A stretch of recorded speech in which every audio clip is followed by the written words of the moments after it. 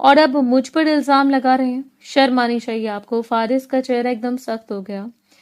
وہ تیزی سے اس کے قریب آیا اور غصے سے اس کی طرف جھکتے ہوئے دھارا، آواز نیچے رکھو، میرے سامنے اس لہجے میں بات کرنے کی تمہاری اوقات نہیں ہے۔ فاریہ سہم کر ایک قدم پیچھے ہٹ گئی، مگر اس کی آنکھوں سے آنسو مسلسل بہ رہے تھے۔ فارس نے انگلی اٹھا کر سخت لہجے میں کہا، اور ایک بات اچھی طرح سن لو، میرے سامنے زبان سنبھال کر کھولا کرو۔ تمہارے باپ نے جو کارنامے کیے ہیں، ان کی حقیقت اگر میں بیان کرنا شروع کر دوں تو تم خود اپنی آنکھیں نہیں اٹھا سکو گی۔ میرا منہ مت کھلواؤ، یہ تمہارے حق میں بہتر ہے۔ کمرے میں چند لمحوں تک خاموشی چھائے رہی، پھر اس نے دروازے کی طرف بڑھتے ہوئے آخری بار پلٹ کر کہا، اپنی زبان بند رکھنا ورنہ مجھ سے برا کوئی نہیں ہوگا۔ اگلے لمحے دروازہ زور سے بند ہوا اور وہ چلا گیا تھا۔ دروازہ بند ہونے کی آواز کے ساتھ فاریہ کے ضبط کا آخری سہارا بھی ٹوٹ گیا تھا۔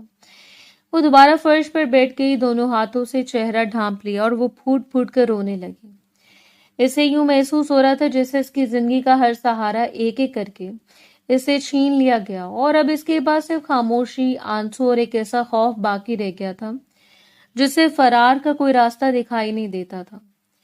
پورا دن معمول کے مطابق بیت گیا تھا۔ رات کے تقریباً 9 بج رہے تھے۔ فارغ خاموشی سے کچن میں کھڑی رات کے کھانے کی تیاری کر رہی تھی۔ اس کے ہاتھ سبزی کاٹ رہے تھے، مگر ذہن کہیں اور بھٹک رہا تھا۔ چہرہ بے حد اترا ہوا تھا، آنکھوں کی سوجن صاف بتا رہی تھی کہ وہ کئی بار رو چکی ہے۔ ابھی کچھ دیر پہلے نازش اپنے والد کو ہسپتال سے گھر لے کر آئی تھی۔ ڈاکٹر نے اطمینان دلایا تھا کہ خطرے کی کوئی بات نہیں، صرف آرام اور دعاؤں کی پابندی ضروری ہے۔ یہ خبر سن کر بھی فارغ کے چہرے پر سکون نہ آ سکا تھا، وہ جیسے کسی اور ہی اذیت میں گرفتار تھی۔ اتنے میں نازش کچن میں داخل ہوئی۔ اس نے چند لمحے خاموشی سے اپنی چھوٹی بہن کو دیکھا، پھر قریب آ کر دھیرے سے بولی، فاریہ کیا بات ہے؟ اتنی بجھی بجھی کیوں لگ رہی ہو؟ بابا بالکل ٹھیک ہے، ڈاکٹر نے تو کوئی پریشانی والی بات نہیں بتائی، بلکہ اچھی خبر دی ہے۔ پھر تم اس طرح کیوں کھڑی ہو؟ فاریہ نے نظریں چرائیں اور مصنوعی مسکراہٹ لانے کی کوشش کی۔ کچھ نہیں باجی، بس طبیعت تھوڑی خراب ہے، پوری رات جاگی ہوں نا۔ نازش نے فوراً نفی میں سر ہلایا، نہیں یہ صرف تھکن نہیں ہے، میں تمہیں بچپن سے جانتی ہوں، تم جب دل میں کچھ چھپاتی ہو تو تمہاری آنکھیں سب کچھ بتا دیتی ہیں۔ وہ مزید قریب آئے تو اچانک اس کی نظر فاریہ کی گردن پر ٹھہر گئی۔ دوپٹے کے کنارے سے جھانکتے سرخ نشانات دیکھ کر اس کے چہرے کا رنگ بدل گیا تھا۔ یہ نشان کس سے آئے؟ نازش کی آواز بے اختیار لرز گئی۔ فاریہ کے ہاتھ سے چمچ چھوٹ کر نیچے گر گیا۔ وہ ایک لمحہ خود کو سنبھالتی رہی، مگر پھر اچانک پلٹ کر نازش کے گلے لگ گئی اور پھوٹ پھوٹ کر رونے لگی۔ نازش گھبرا گئی۔ فاریہ کیا ہوا؟ مجھے ڈرا مت، صاف صاف بتاؤ۔ فاریہ نے سسکیوں کے درمیان ٹوٹے ہوئے لہجے میں کہا، آج دوپہر کو فارس آیا تھا۔ اس کے الفاظ گلے میں اٹک گئے تھے۔ میں نے انہیں بہت سمجھایا، کہا کہ میں ذہنی طور پر تیار نہیں ہوں ابھی ازدواجی تعلق کے لیے، مگر انہوں نے میری ایک نہیں سنی۔ نازش کے چہرے پر گہری سنجیدگی اتر آئی۔ اس نے خاموشی سے اپنی بہن کو مضبوطی سے تھام لیا۔ فاریہ روتے ہوئے بولتی گئی، وہ آج بھی بابا کے ماضی کو نہیں بھولے۔ مجھے لگتا ہے انہوں نے مجھ سے شادی سے بابا سے بدلہ لینے کے لیے کی ہے۔ میں جب بھی ان کی آنکھوں میں دیکھتی ہوں وہاں صرف غصہ نظر آتا ہے۔ نازش نے فوراً اس کا چہرہ اپنے ہاتھوں میں لیا۔ نہیں فاریہ، ایسی بات نہیں ہے، بڑی امی نے خود یہ رشتہ اس لیے کروایا تھا کہ دونوں خاندان دوبارہ ایک ہو جائیں۔ انہوں نے کئی بار کہا تھا کہ پرانی باتیں ختم ہو چکی ہیں، بابا کو بھی معاف کر دیا گیا ہے۔ فاریہ نے بے یقینی سے سر ہلایا۔ اگر واقعی سب ختم ہو گیا ہوتا تو آج ان کے چہرے پر وہ نفرت کیوں تھی؟ وہ ہر بات میں بابا کا ذکر کیوں کرتے ہیں؟ مجھے محسوس ہوتا ہے جیسے وہ کسی ایسے دن کا انتظار کر رہے ہیں جب وہ مجھے مکمل طور پر توڑ دیں۔ اس کی آواز کانپنے لگی۔ باجی مجھے ڈر لگ رہا ہے، بہت زیادہ ڈر لگتا ہے۔ ابھی سب کچھ ختم نہیں ہوا، کوئی ایسی بات ہے جو مجھ سے چھپائی جا رہی ہے۔ بابا کے ماضی میں آخر ایسا کیا ہوا تھا کہ آج بھی اس کا سایہ میری زندگی پر ہے؟ نازش چند لمحے خاموش رہی۔ اس کی نظریں بے اختیار دروازے کی طرف اٹھیں، جیسے کسی پرانی یاد نے انہیں بے چین کر دیا ہو۔ اس نے گہرا سانس لیا، مگر اگلے لمحے خود کو سنبھال لیا۔ کچھ باتیں وقت آنے پر سامنے آتی ہیں فاریہ، ابھی اپنے ذہن کو ان اندیشوں میں مت الجھاؤ۔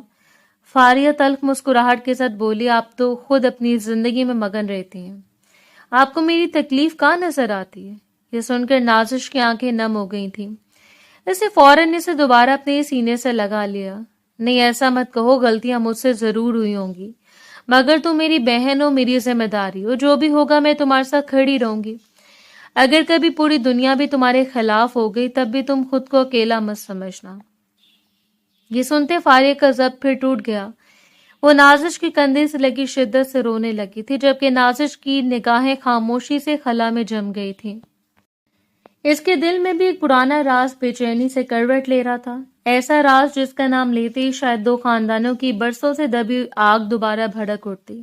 لیکن فی الحال وہ خاموش رہی تھی، کیونکہ فاریہ کی حالت صاف بتا رہی تھی کہ اس بارے میں مزید بات کرنا اسے اذیت سے دوچار کرے گا۔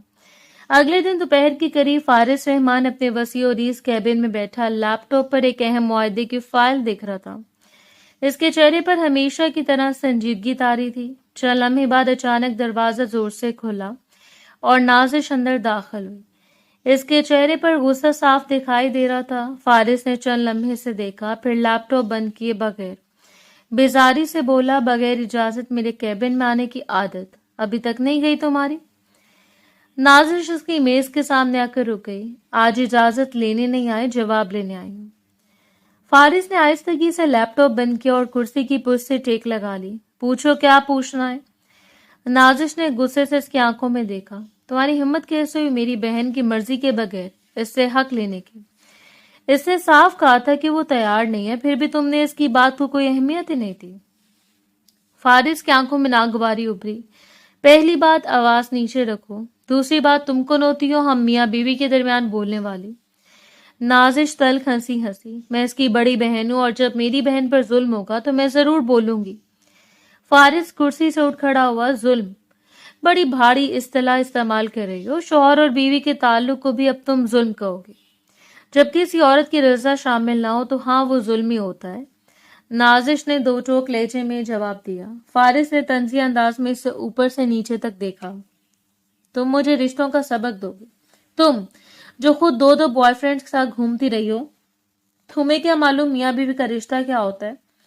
نازش کی آنکھوں میں غصہ اور بڑھ گیا، مگر اس نے اپنے لہجے پر قابو رکھا۔ میری ذاتی زندگی پر بات کر کے تم اپنی حرکت کا دفاع نہیں کر سکتے۔ اگر میرے کسی فیصلے پر تمہیں اعتراض ہے تو الگ بات ہے، لیکن اس سے یہ ثابت نہیں ہوتا کہ تم جو چاہو کر سکتے ہو۔ فارس نے میز پر ہاتھ مارا۔ وہ میری بیوی ہے۔ بیوی ہے، ملکیت نہیں، نازش نے اسے شدت سے جواب دیا۔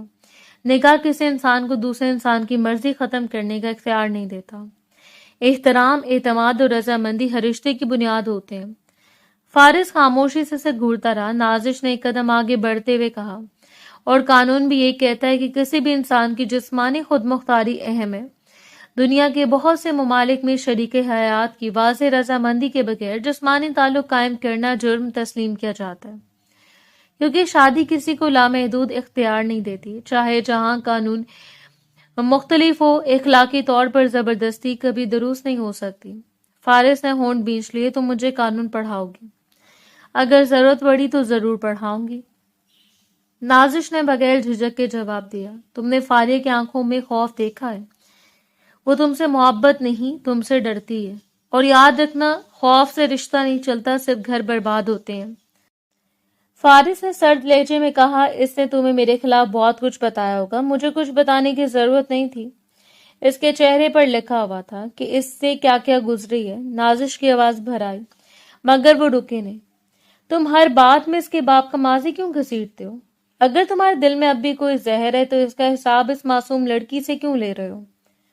چند لمحوں کے لیے فارس کے چہرے پر عجیب سا تاثر ابھرا، مگر اگلے لمحے وہ پھر سخت ہو گیا۔